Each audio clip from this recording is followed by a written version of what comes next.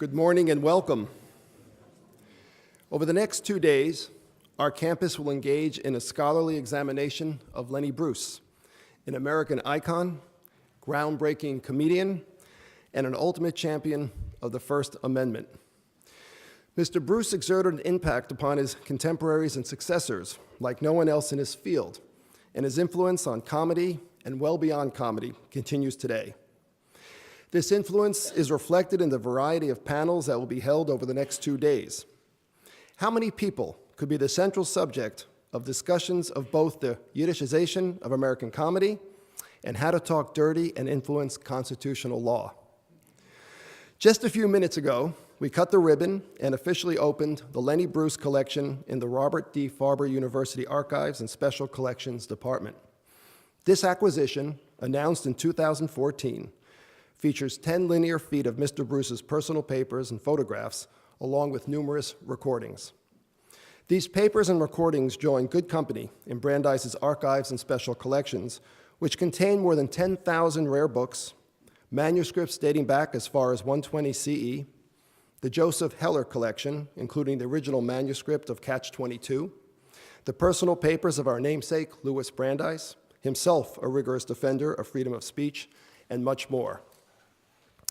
It is quite appropriate that Brandeis, with our motto of truth even unto its innermost parts, is now home to the personal papers of an individual who deeply believed in that same ideal, even to the point of persecution.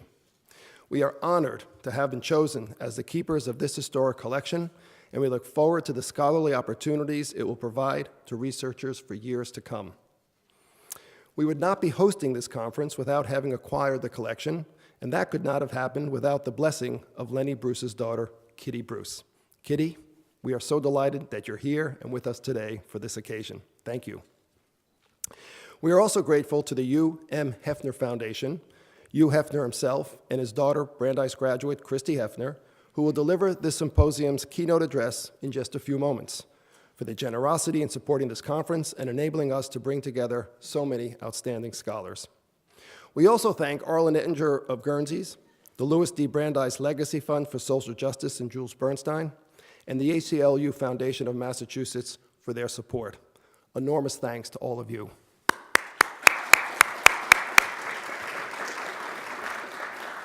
Now, within Brandeis, many offices and programs have also had a hand in supporting this event, including the American Studies and Journalism programs, the Departments of Near Eastern and Judaic Studies, English, History, and Sociology, and the Office of the Provost. Since the acquisition was announced, the University Archives and Special Collections Department has worked diligently to prepare it for inquiry. Sarah Shoemaker, Associate University Librarian for Archives and Special Collections, and Stephen Whitfield, the Max Richter Professor of American Civilization, have been the driving forces behind making this symposium happen. In a moment, I'm going to turn the symposium over to its rightful keeper, Steve Whitfield, to formally introduce our keynote speaker. But first, I want to thank all of you for attending today.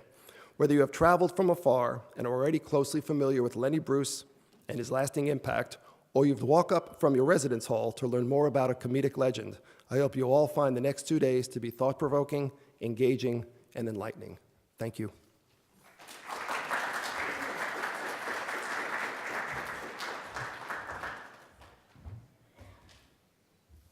Thank you, Ron, and I wish to reinforce, to amplify the welcome that President Leibowitz has just provided, and to do so in behalf of Sarah Shoemaker, the Associate University Librarian for Archives and Special Collections. She and I have indeed been rather actively involved as co-chairs of the program committee of this conference. And we do wish to, of course, thank our benefactors, to thank our donors, here in part to amplify really that appreciation and that gratitude for those whom Ron has just mentioned, and to note that if anybody has any logistical, technical, other issues, Sarah and I, who are right here, are happy to ideally try to remedy them. I prefer you see Sarah rather than me, but whichever you choose to do is fine. Also wish to announce that at the Shapiro Campus Center, there will be available Lenny Bruce's autobiography, which will be available for purchase, and I understand Kitty, that you will be happy to inscribe copies of that, as well as T-shirts as memorabilia, of course, of this conference at the campus center. I'm here also to offer special thanks to Steve Kreef, who was sitting over here, who is the other, in a sense, instigator and driving force of this conference. Steve wrote an enormously rich, enormously informative biography and sort of career study of Lenny Bruce, done in 2005 at the University of Paris. And as a result of his research in that respect, he got to meet and got to know Lenny Bruce's daughter. And it was really Steve who suggested to Kitty that Brandeis University would be the ideal site for the papers of her father. So this would not really happen at all. None of us would be here without Steve's initiative and instigation, and I want to thank you really for that. You'll be hearing from Steve later this morning, of course, as well as this afternoon, when he will be in conversation with Kitty Bruce. I was not privy to that conversation in which Steve suggested that Brandeis was the ideal site for that, but I'd like to imagine what the argument that Steve offered might have been.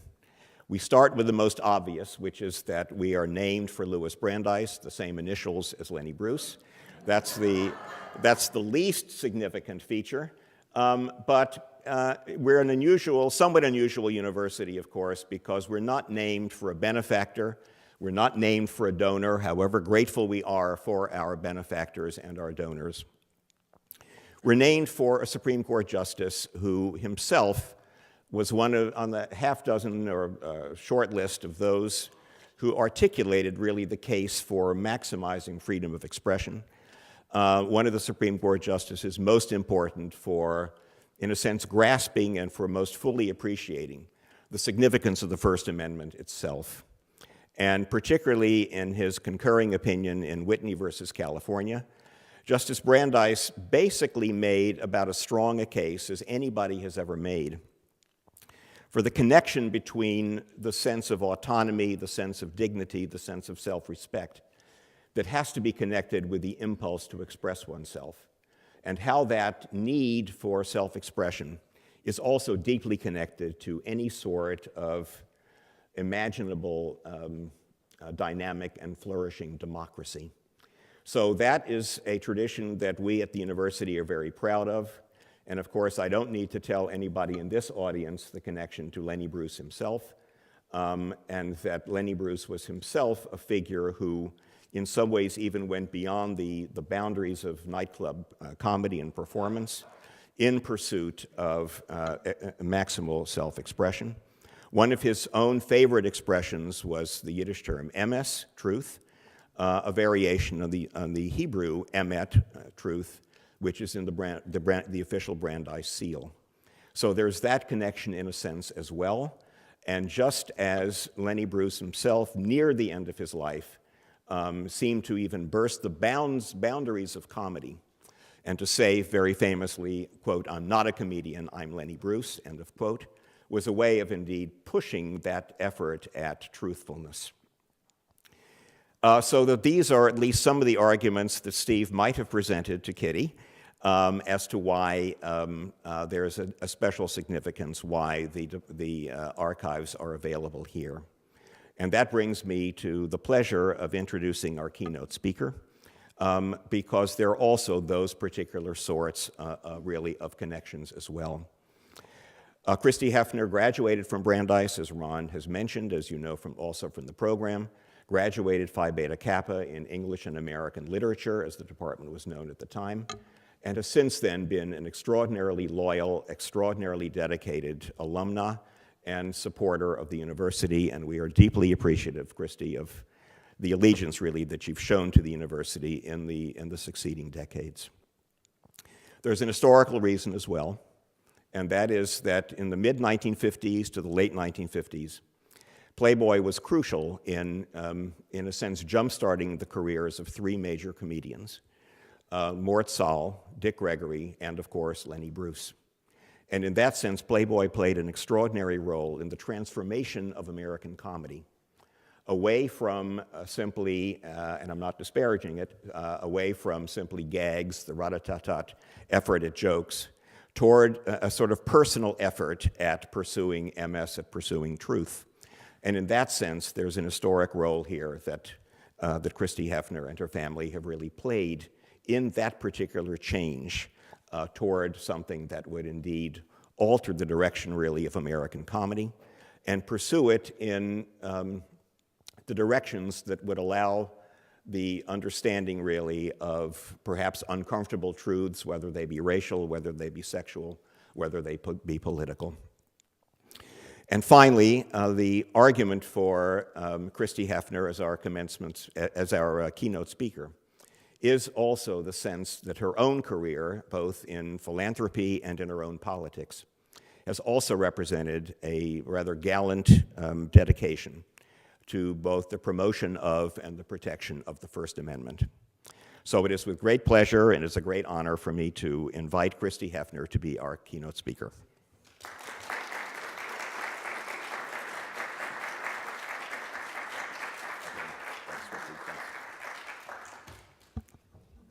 Thank you, Steve, very much. I actually wasn't quite old enough to have had a seminal impact in the late 50s. And in the sort of wonderful way that synchronicity happens, I actually had nothing to do with the gift that my father made. I was not involved in those conversations. And in some regards, that makes it more sweet because instead of feeling that I needed to be an actor to facilitate it, it happened because all of the parties saw it, as Steve so eloquently put it, as something that was meant to be with many points of intersection and many connections. Steve, in terms of points of connection, was telling me last night that this is the last semester that he's going to be teaching at Brandeis, and he started teaching when I was a student. So I think that's a very nice arc, and I want to thank you for all that you have done because your fingerprints are all over this, and it would not have been possible without you.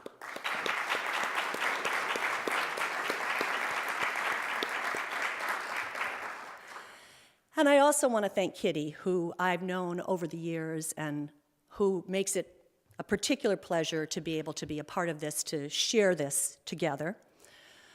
We share the experience of having iconic fathers. But beyond that, we're going to talk over the next 2 days about the legacy of Lenny Bruce. Kitty is the legacy of Lenny Bruce. And it was Kitty's vision and passion and fierce protectiveness that preserved all those papers and all those extraordinary recordings, and then had the generosity of spirit to make it available not just to her family, but to all of us, and we owe her a deep, deep debt. So thank you.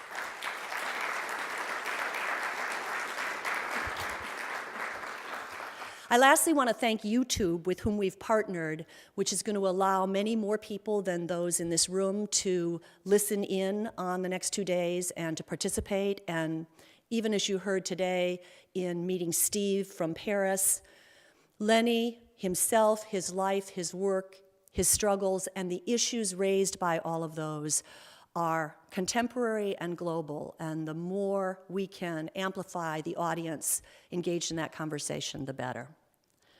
So these days, we talk a lot about being in an age of disruption, Airbnb and hotels, Netflix and Blockbuster, Uber and taxis, Amazon and retailers. And it's true that much of what consumers and businesses knew even 15 years ago has dramatically changed.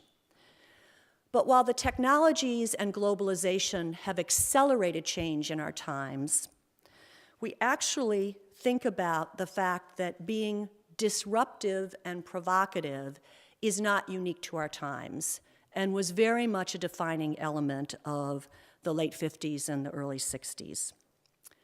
It's been said the times they were a-changing, and perhaps what's most striking about those times when we compare them to today is that the changes were less about business models and actually more about ideas and values, about conformity and hypocrisy. And the challengers were less often entrepreneurs and more often activists and artists. It's easy to lose sight of what America looked like in post-World War II era. The man in the gray flannel suit, the happy housewife, the traditional family that was started in the early 20s, the Eisenhower years, an age of conformity. But underneath that placid surface, a lot of pent-up demand for change was roiling. The feminine mystique, the civil rights movement, the Beat generation, a growing questioning of government, a questioning of traditional attitudes about sex and reproduction. Through the impact of the GI Bill, by 1960, the United States became the first society to have more college students than farmers. The country was poised for a generational prison break. And these non-traditional ideas were being expressed in all media, in art, in poetry, in music, in film, in books and magazines. There was a space opening up in the culture, more oxygen in the air. It was a distinct moment for the transgressive, the avant-garde versus the old guard. Born Leonard Alfred Schneider in 1925, Lenny Bruce died 50 years ago at the age of 40. But in his short life, he became a superstar. And in the years since then, his fame and influence have only grown. Comedy Central ranked him the third greatest comedian of all time, following Richard Pryor and George Carlin, two clear successors to Lenny's groundbreaking work. As Steve alluded to, previous generations of comedians, Jack Benny, Bob Hope, Milton Berle, had a style of telling rapid-fire jokes, a brief setup followed by a punchline. And Lenny's style couldn't have been more different. He wrote his own material, rooted in personal experiences, targeting the hypocrisy of contemporary society.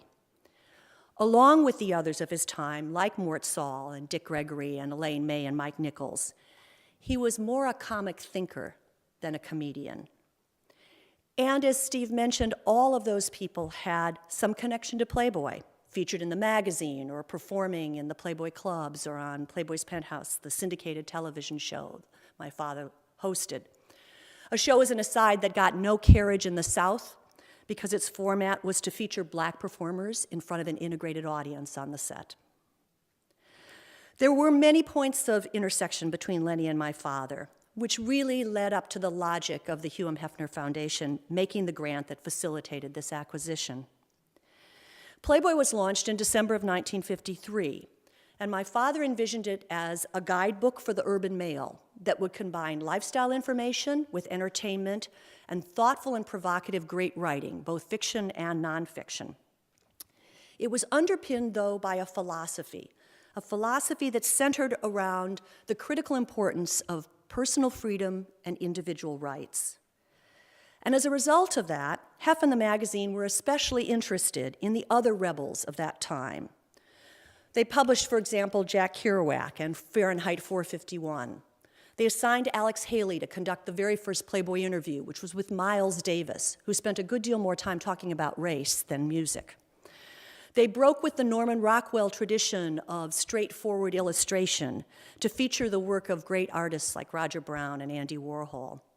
They launched an annual jazz poll and organized a Playboy Jazz Festival in Chicago in 1959 to benefit the Urban League. Hef first met Lenny in 1958 when he went to San Francisco to hear him perform. This was shortly after Lenny was really breaking through with new material and a new style of delivery that was allowing him to play in nightclubs that were not also strip clubs. Hef was so impressed that he contacted friends who owned the Gate of Horn Club in Chicago and arranged for Lenny to play there. The Illinois obscenity statute had recently been amended to reflect the 1957 Supreme Court Roth decision, so many people were feeling that nightclubs, were really free speech zones. Lenny went on to play Mr. Kelly's in Chicago, and that led to his being interviewed by Studs Terkel.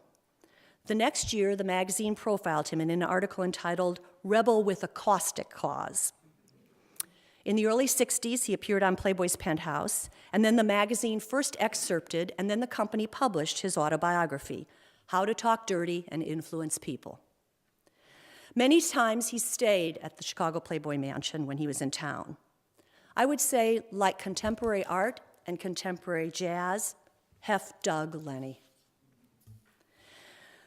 But Lenny was more than a gifted, disruptive artist experimenting with extremes like a Jackson Pollock or a Miles Davis. Lenny became a martyr. Hef also knew what it was like to be persecuted. The magazine was denied its second-class postal permit and had to go to court to win it.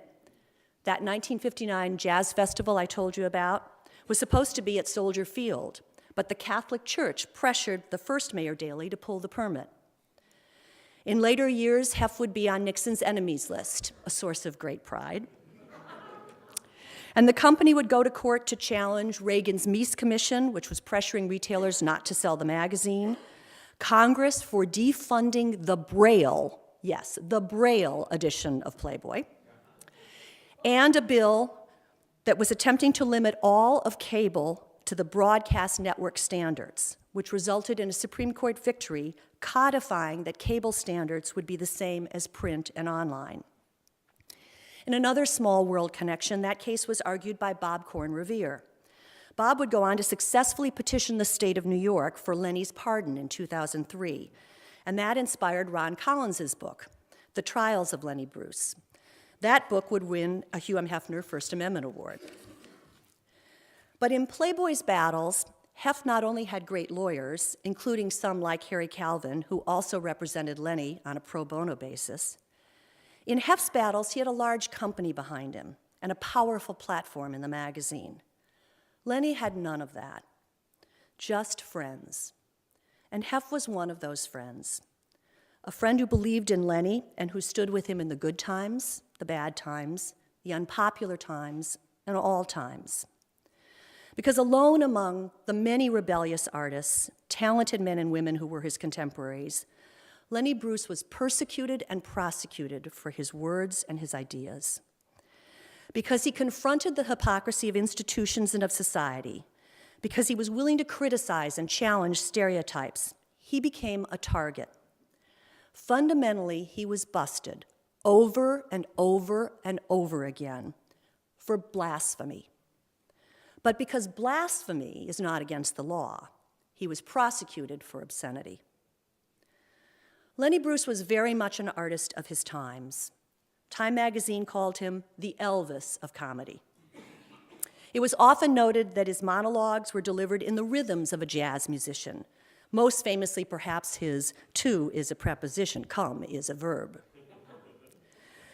But at the same time, I believe that his relevance and resonance today couldn't be greater.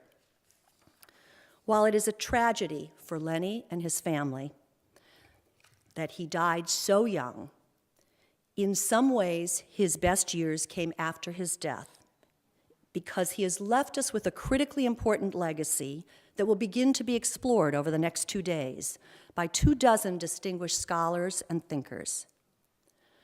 For my part, I would observe the following. We live in a time when Lenny's comic bloodlines have flourished like never before. Much of the comedy we hear today was pioneered by Lenny. Comedy that similarly challenges and channels the contemporary zeitgeist. That includes not only great male comics like Louis Black, who we'll hear tonight, but incredible female comics like Sarah Silverman and Amy Schumer. Today, comedians, as a matter of course, employ their personal lives and voices to comment on society, its mores, its values. When we listen to Stephen Colbert or John Oliver or Jon Stewart, we're going to them not just for comedy, but for critical perspective. Just like listening to Lenny made us both laugh and think, and sometimes it also made us squirm. Because a part of Lenny's genius was how he related to an audience, how he created for them and with them the experience of being overcome with laughter over that which was both hilarious and transgressive. In a time of the Charlie Hebdo murders, we would do well to be thoughtful about the role of humor in human affairs, and to think about what are perhaps unacknowledged, the off-limits of today. As Marty Garbus has said, and we are very fortunate to be hearing from him later today, quote, "The history of the law of free expression is one of vindication in cases involving speech that many citizens find shabby, offensive, or even ugly," end quote. After all, we don't need a First Amendment to protect popular speech. The First Amendment is unique to America, and in theory, widely admired. But so much of our discourse about freedom of speech is abstract, starting with the fact that it's important to understand that free speech and the First Amendment are not the same thing. The First Amendment is necessary, but not sufficient. Almost everyone attempting to limit free expression starts by saying, "I'm not for censorship, but..." As Hugo Black noted, we must not be afraid to be free. We should be asking ourselves, what is transgressive at this moment, and how do we not just protect, but nurture it? We come together on the campus of a great university, founded in the name of a brilliant jurist, who established the standard for the only kind of speech that I believe should be banned, that which is intended and likely to cause immediate violence. Let's be careful that our more developed sensitivities around inclusion and diversity don't turn into ways to protect people, and especially students, from challenging ideas. As Robert Zimmer, president of the University of Chicago, has said, quote, "Universities cannot be viewed as a sanctuary for comfort, but rather as a crucible for confronting ideas and thereby learning to make informed judgments in complex environments." In the 60s, students were demanding the right to free speech. Now, at least some students demand the right to be free from speech that they find to be offensive, upsetting, or emotionally disturbing. And while private universities, like private companies such as Facebook and Twitter, are not bound by the First Amendment, I share the belief of Jeffrey Rosen, legal scholar and head of the National Constitution Center, that they would do well to resist pressure to moderate speech or content in the name of promoting civility. As Salman Rushdie, someone who certainly knows firsthand what it means to offend, has said, quote, "What is freedom of expression? Without the freedom to offend, it ceases to exist." This conference is extremely timely, as during this election season, much has been noted about the need for greater civility in our politics and in the media. I concur. I too worry that whereas a different race or religion used to be the greatest concern of parents regarding who their child would marry, now it's political affiliation. And whereas back in the 60s, everybody watched the same TV shows and read the same magazines, now it's so easy to be balkanized and choose to only be exposed to those ideas and points of view that we agree with and that agree with us. Yet even as we work towards a more civil union, let's be sure that we remain equally committed to that transgressive idea and ideal that underpinned Lenny's work, that nothing is sacrosanct. Everything is open to being questioned and challenged and even mocked, because that is also what underpins our democracy. When Lenny was pardoned back in 2003, it was said, in fact, that pardon was for the rest of us. Let's be sure we earned it. Thank you.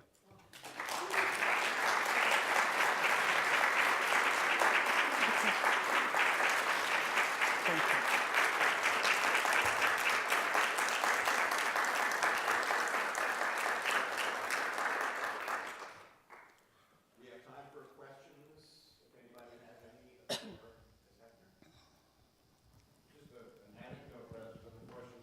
Great.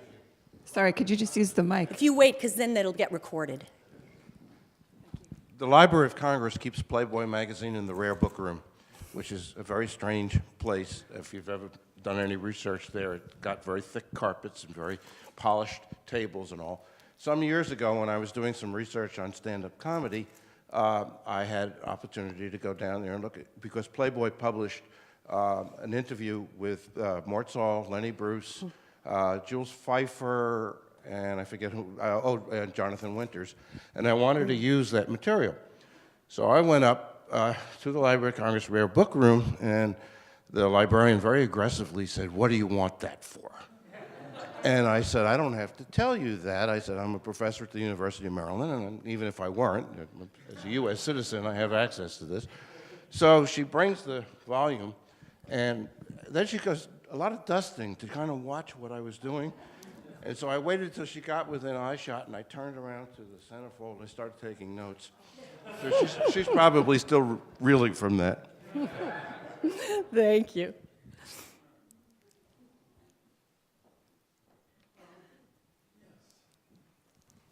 This isn't really a question, but I just want to say that this is really a good thing. This is happening. You know, I was thinking the other day, at the end of his life, I mean, the day he died, the Bank of America foreclosed on his house. He hadn't worked in a long time, and he could get an occasional concert, and that was it, you know. And, you know, I'm told, or I've read, that he was afraid at the end that no one would remember.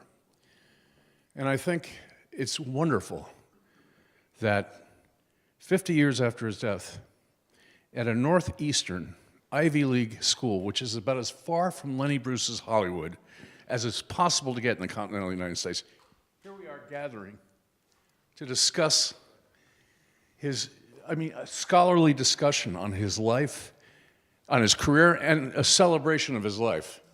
I tend not to refer to Lenny Bruce as a comedian. Mm-hmm. I call him a humorist, because in my opinion, he's right up there with Mark Twain, Robert Benchley, Will Rogers, the best of them, you know. And I think he's the most important humorist of the 20th century. And thank you again. Oh, my name's Tom Deacon. Nice to meet you. Thank you.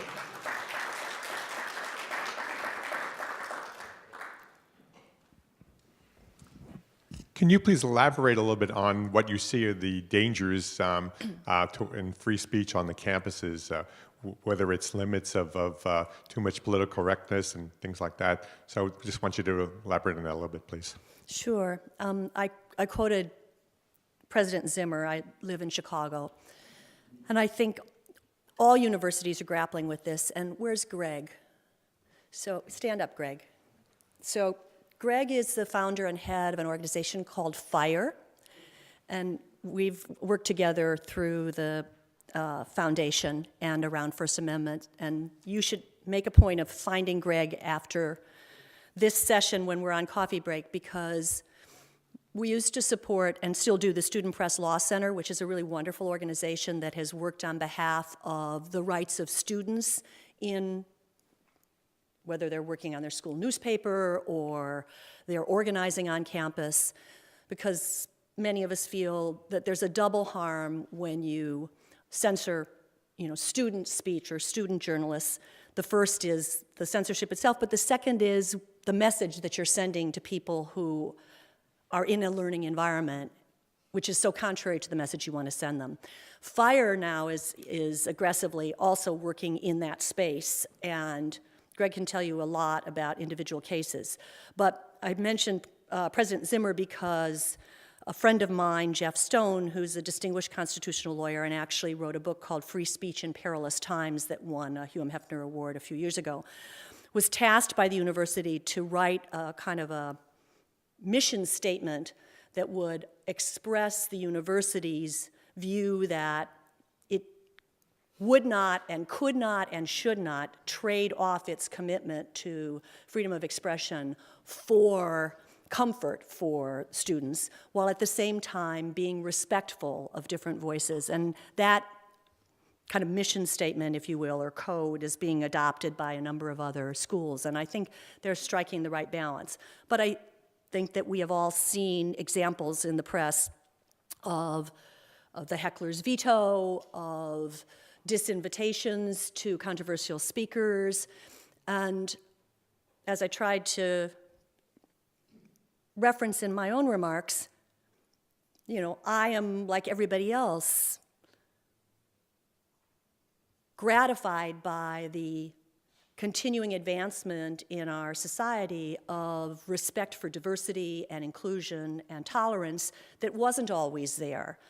So holding on to those values is important, but where they actually run up against the right of free expression is, I think, the moment where we have to say the best antidote to speech that we not only don't agree with, but we find distasteful or even hateful is more speech.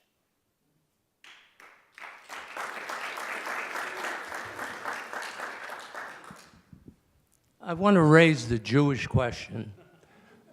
Lenny Bruce allowed me and many of my contemporaries in the 1950s and 60s to re-identify with the Jewish experience. And my first article ever published was Lenny Bruce, a Jewish humorist in Babylon.